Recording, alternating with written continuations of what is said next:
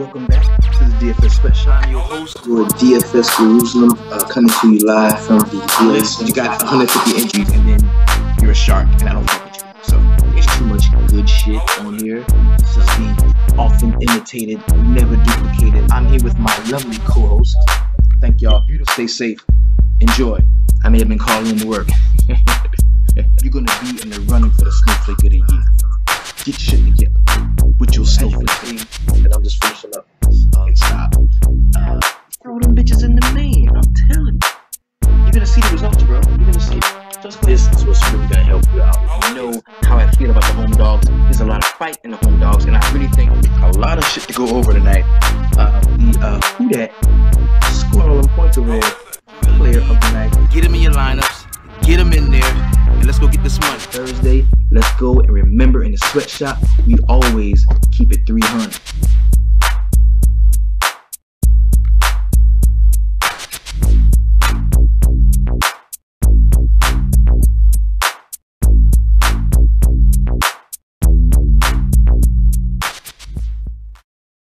What's up? What's happening?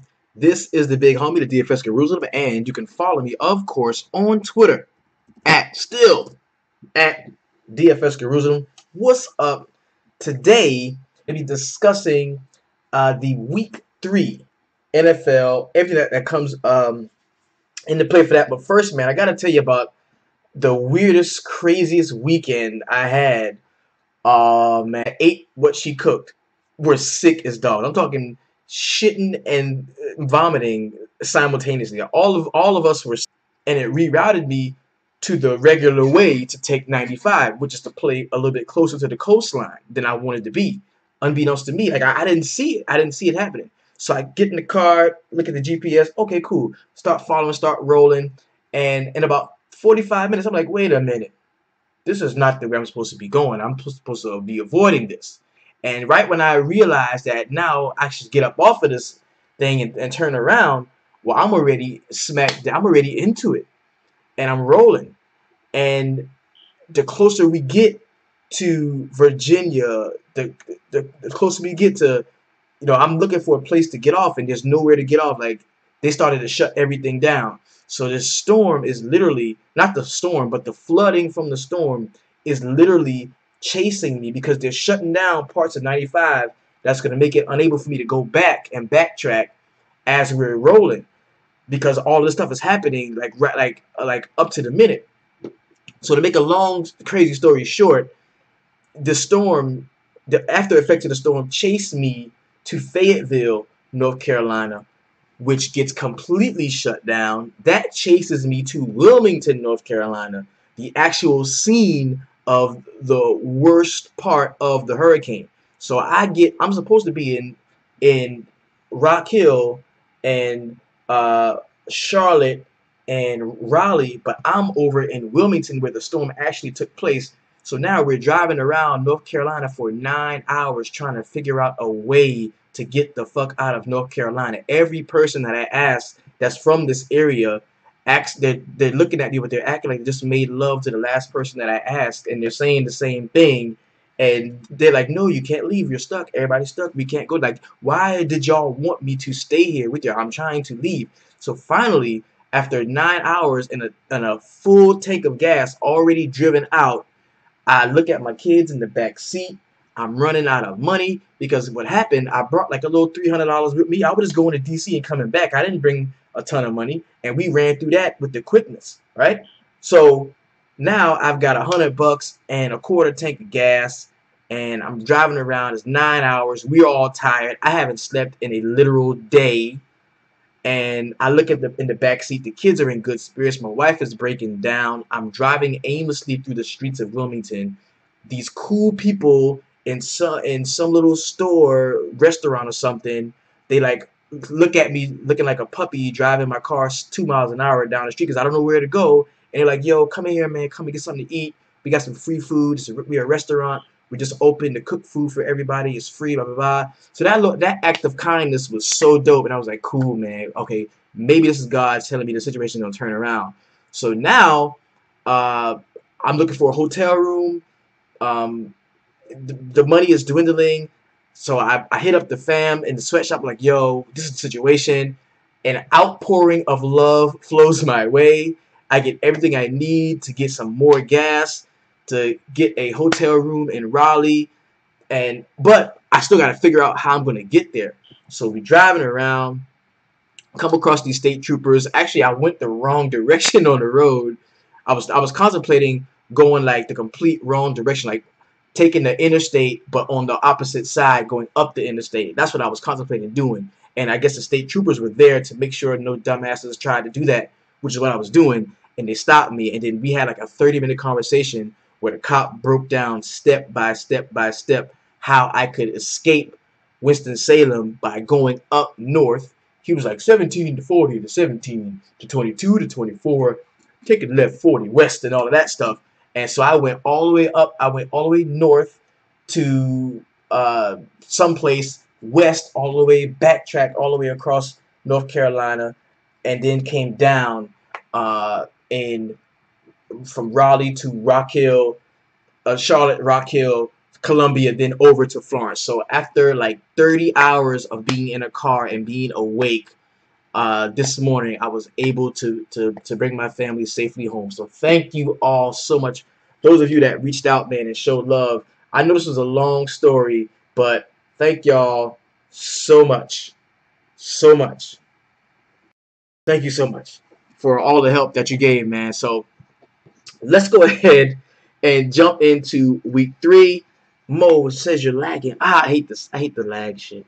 I hate this. All right, so let's go ahead and jump into week 3. What we're going to be doing, man, I didn't break the bank. I didn't win a bunch of money. I made a slight profit. I doubled up on FanDuel, and I won like $6 more than I put in on DraftKings. I played like $30 and won like 35, 50 or something like that. And so my best FanDuel lineup won me $8. It was Deshaun Watson stack with DeAndre Hopkins and Bruce Ellington, which should have been Will Fuller probably. I had Brandon Cooks. Jesse James was somebody who I was very high on. I was very high on Jesse James all throughout the day. Nelson Aguilar, the Saints defense. I thought that the homie was going to be pretty high owned, Tyrod Taylor, and I wanted to kind of go against the grain with that play. So that was a guy that I was on. Alvin Kamara really disappointed me. 14.9. I was looking for a big 20, maybe plus 30-point game from him, and that didn't happen. One of my other line that did well. Let me go back. I want to show another one. This is like a really good lineup. Yo, Mahomes was that guy, and somebody in the group was like, "Yo, just play Mahomes. Thank me later." And Mahomes went off. He went slam off. All right, yeah, this is my best joint, my best lineup. Well, money-wise, I won like $30 off of this one. I think it was a $10 single entry. Yo, I've been rocking out the single entries on FanDuel, man. Those are pretty much my favorites. Let's look. This one, Deshaun Watson, Gurley, Kamara, Hopkins, Funchess, Cooper Kupp, Jesse James, Corey Clement. I was so on Corey Clement this week. Like nobody, people looked at me like I was a dummy, and I was all over Corey Clement this week. I had a ton of Corey Clement, and actually Jay Ajayi is gonna be out, so we're gonna talk about that some too. All right, so that's my FanDuel. Take a look at my DK. My best DK lineup was this one. It was a Goff, Gurley, Cooks stack. I ran it with Michael Thomas. I had Funchess, who I really was hoping was going to get in the end zone. I was very high on Jesse James. Had Bilal Powell. See, I played Bilal Powell and Isaiah Crowell with the Jet stack. See, let me tell y'all something. Anytime you have a backfield where there is a stone cold pass catcher and a stone cold runner, and they're both going to get an abundance of catches. So let's say you get 30 catches between the two of them, and they're not stupid expensive. You can play that as one back with the defense, which is what I did here. I had Crowell, I had Bilal Powell. So pretty much every running yard that the Jets got, I got. Everything that came out of the Jets backfield, I got. And it wasn't a ton, but it was decent. It was 19 from Bilal Powell and only 5.9 from Crowell, which could have been big. He had a touchdown that was called back. So And then of course I had the Jets defense. That's a correlation that I've been using. I'm finding those backfields. This happened to me last year. I know a lot of you may remember this when I played Tevin Campbell. Tevin Campbell. Can we talk? I played Tevin Coleman and the other running back from Atlanta. You know what I'm talking about, the little dude, man. I played both of them together and against the Saints, and they went off. They set an NFL record for rushing yards that day, and I played them, and that's what I've done that. So I have no issue playing two running backs in the same backfield if they play different roles. If they're two runners, I'm not going to do that. But if there's if it's a thunder and lightning, like one guy that's running and other guys that can come out the backfield and catch, I'll play both of them. I'll play both of them. Juice Man says like the Bears this week. Yes. Oh, I fucking love that's my target this week because I like the Bears defensively against the Cardinals. I like you know what I'm talking about, Devontae Freeman. I like the Bears defensively, and I also do like the running game of Howard with Cohen, who is a guy that can catch the ball out of the backfield. So, because all it takes for the pass catching back is to bust one. If the pass catching back has a great game, let's say he catches 4 or 5 catches and gets a touchdown, that's going to allow the running back to then clean up and finish the game, the runner. You know what I mean? So think about that as you jump into your roster builds. Was another good one. I had a 161, which was decent, and that was a Deshaun Watson, Hunt, Kamara, Ellington, Funches, Hopkins, Jesse James, Kansas City. This is a 56-point total, bro. Just play as many Kansas City Chiefs as you want. This game could be a lot closer than people think. It's a 6.5-point total in favor of the Kansas City Chiefs, but 56-point total. They've been getting it right so far, and I think either side of this game is playable. But you gotta play Kansas City. You gotta play Kansas City. Pat Mahomes, until he proves otherwise, has got to be one of those top 5 quarterbacks in your builds that we've been talking about, and plus whatever a couple pass catchers that you can put him along with. And it's easy to make the Mahomes stack and run it back with like George Kittle or somebody like that. It's very easy to do that. So that would be my suggestion if this is a game that everybody is going to be looking to get a piece of. So San Francisco, Kansas City, stack up a lot of the Kansas City Chiefs here, and maybe run back a pass catcher from the San Francisco 49ers, and you should be in good shape. Then we've got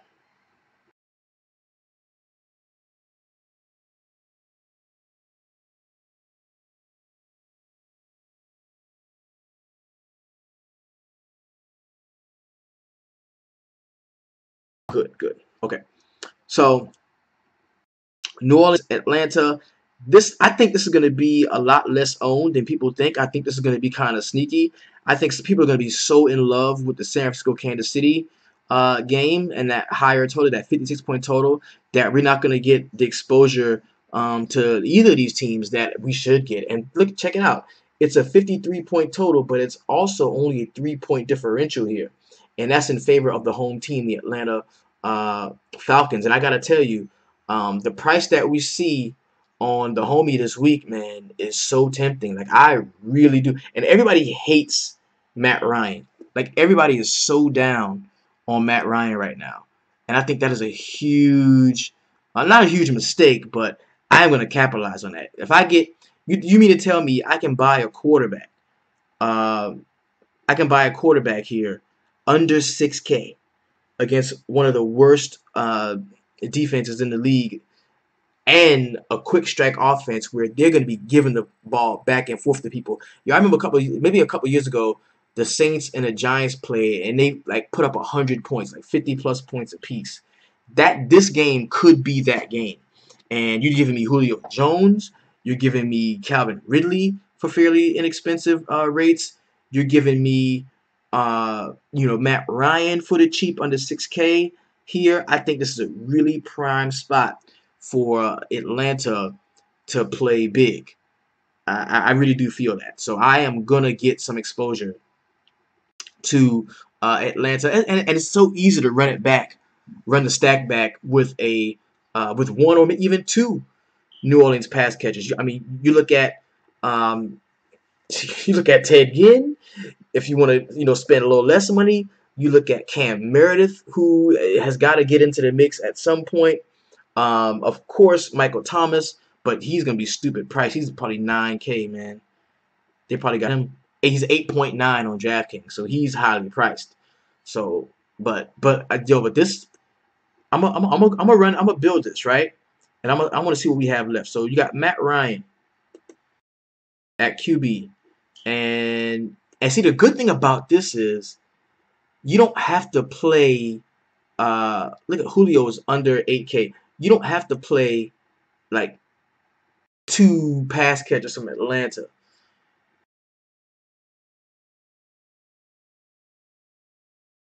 Because you can play you can play Tevin Coleman here, especially if Dude is out, if Freeman doesn't play, you can play Tevin Coleman here, Ryan Coleman and Julio Jones, and run that bitch back.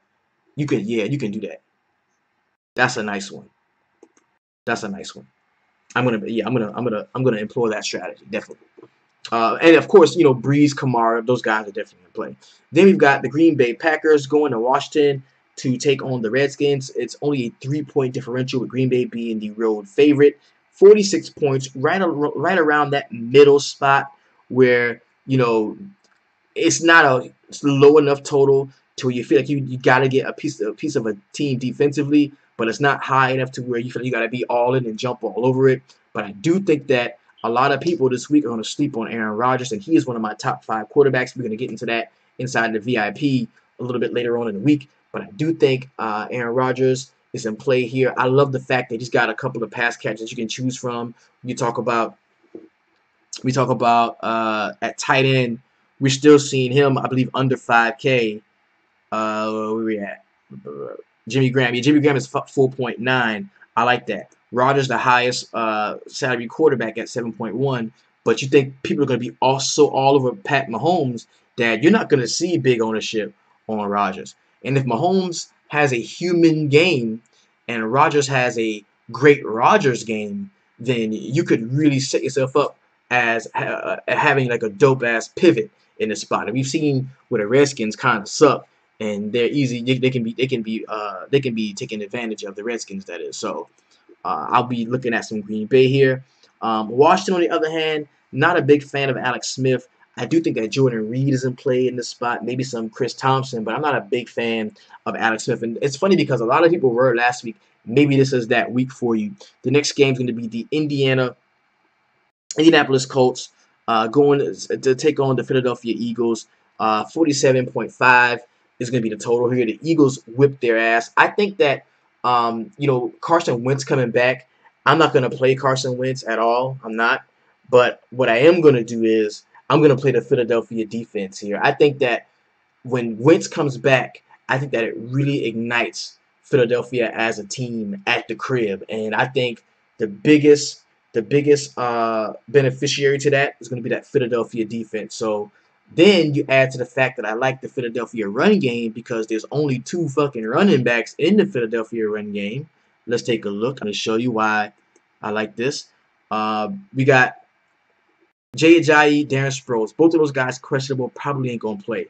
You mean to tell me I can play Corey Clement and Wendell Smallwood and spend 7.3 on 2 running backs and get every running or passing touch from the Eagles backfield, along with a top flight defense against the Indianapolis Colts who've been struggling.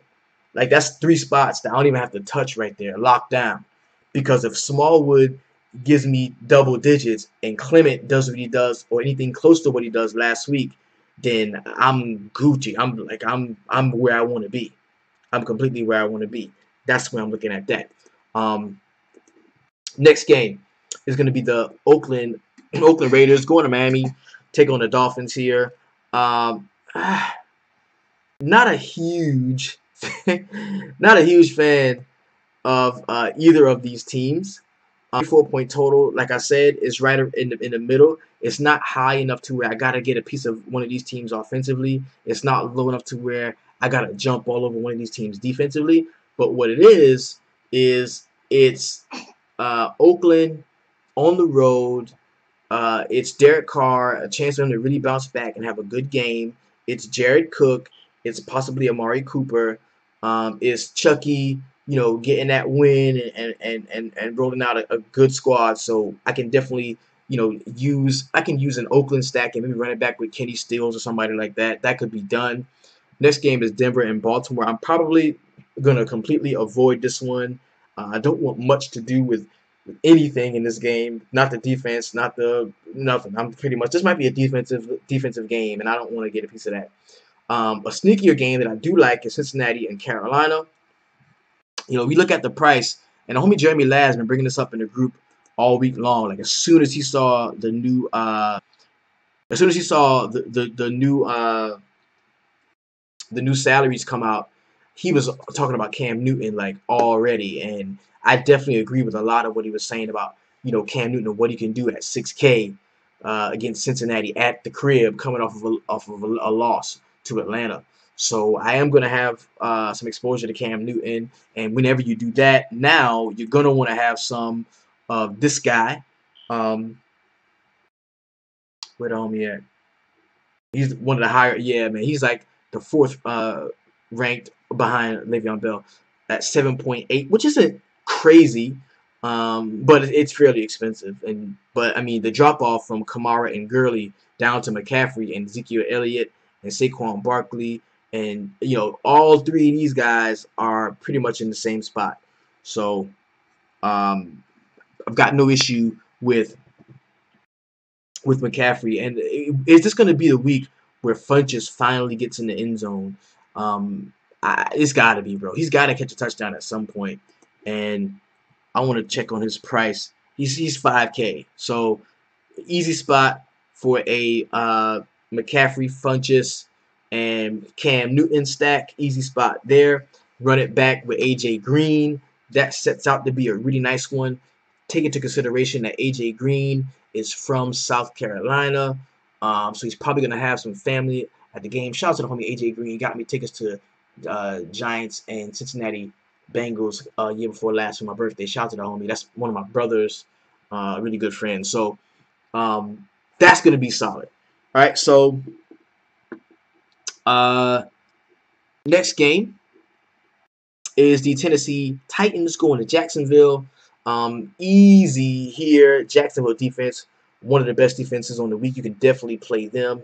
Not really so sold on the Jacksonville running game. We don't know what's the story with Fournette yet, if he's going to be playing or not. On the other side, I'm not a big fan of anything from Tennessee, so I don't want to play that one. We've got a 48-point total with the Chargers and the Rams. And both of these teams not only are really good and sound offensively, but they're really good defensively too. So I think this is a game that's going to fool a lot of people. I think people think the scores are huge in this game, but I don't think so. I think the defense is kind of shine a little bit more in this one, and we don't see a ton of points. So I probably won't have any stack value from this game, but I will take some individual guys, and we can talk about them real quick. I think the running games still are able to make themselves felt here. We talk about the Rams and the Chargers. Todd Gurley and Melvin Gordon. Oh yeah, he's questionable. I forgot about that. Yeah, he is questionable. Austin Eckler. That'd be a nice play if Melvin Gordon is out. He's 4.4. And then you talk about Keenan Allen, Brandon Cooks. Not a big fan of Robert Woods, but Cooper Kupp at 4.9 can be interesting. The Mike Williams kid is 3.9 here. So I do have some interest in some filler guys. Like if I'm looking for guys to fill, and I've got 4.9K, then I can get them from this game. If I 3.9 for Mike Williams, I feel good about that. I don't have a problem with that at all. All right. Next game we got is the Dallas Cowboys going to Seattle to take on the Seahawks. A 44.5 is the total here. We saw the Dallas Cowboys really get after Eli Manning, really make that offensive line look inept and stupid. And, can they do the same thing against Seattle? Probably not, but they still have a very solid front seven. They really do, and they're going to get after the quarterback. The problem is, if they do that, this is where we see Russell Wilson able to escape the pocket and make plays down the field. A lot of us were on Russell Wilson. It's a short week for them. I think they're going to want to come back. You know when you play in a video game, you get your ass kicked 21-0, and you want to get back on the stick so bad. I think that's what we're going to see from the Seattle Seahawks here. And I wouldn't have an issue playing Russell Wilson. I wouldn't have an issue playing Russell Wilson here, and especially getting some Tyler Lockett at 5.3. We know Doug Baldwin is doubtful, probably won't play. Lockett is still very cheap at 5.3 against the Cowboys. You can sign me up for that. We don't know who the pass catcher for the Cowboys is going to be, so of course Zeke was going to be the guy that I would think you could play. It's very fairly priced in my opinion. You don't have to break the bank to get the Zeke here. Only 7.7. That's 100 cheaper than Christian McCaffrey, so definitely Zeke is going to be a usable asset for you. Next game we got Chicago and Arizona. I already talked to y'all about this and told you what I thought about it. I love Chicago run game here. I love the Chicago defense. Oh my God, the homie is gonna go nuts. He's gonna go nuts in this game. Defensively, I really do. I think Khalil Mack gonna go ham. He's gonna do some crazy shit, and I'm all about that because Sam Bradford cannot move at all, so he's gonna get swallowed up by Khalil Mack and the Chicago Bears defense. So I'm gonna have some of that. Let's take a look at the price points just to be on the safe side. So let's take a look. Dennis Johnson is down to 7,200, bro. God, that is so cheap for DJ. Jordan Howard 6.5. Tariq Cohen is 4.7. Yo, I'm gonna have Howard, Cohen, or Howard and Cohen in every lineup. I promise you. I'm gonna have Howard, Cohen, or Howard and Cohen in every lineup. Let's see, because I see we got a questionable tag for Tariq Cohen. Let's see. Cohen appears to be fine after exiting late in the fourth quarter Monday of the Bears' 24-17 victory over the Seahawks. Okay. Coach Mike Nagy says that Cohen was dancing around the locker room after the victory, which, okay, good. He's good. He's good. He's good. Cool. And I want to look at the defense as well. The Bears defense is 3.5. Okay. Gotcha. Gotcha. All right. Then we've got the New England Patriots going to Detroit to take on the Lions here, and this is a very easy spot for Tom Brady to go out and put up some points against Detroit. I think that is easy. It's an 8:20 game, so this is going to be a part of that later selection. Play some Brady, run it back with a pass catcher from Detroit. That's easy. Then we got Pittsburgh, Tampa, a 53-point total, and honestly, both of these teams have really been lighting it up offensively. It's only a 2-point differential here, so I do think both of those sides are decent for a stack as well, and we don't have a score for a total for the Minnesota and the Los Angeles Rams game. So let's go out and be looking out throughout the week, making sure we check the injury reports, making sure that we know what's going on, and we can stay abreast of any injury news and notes that come on.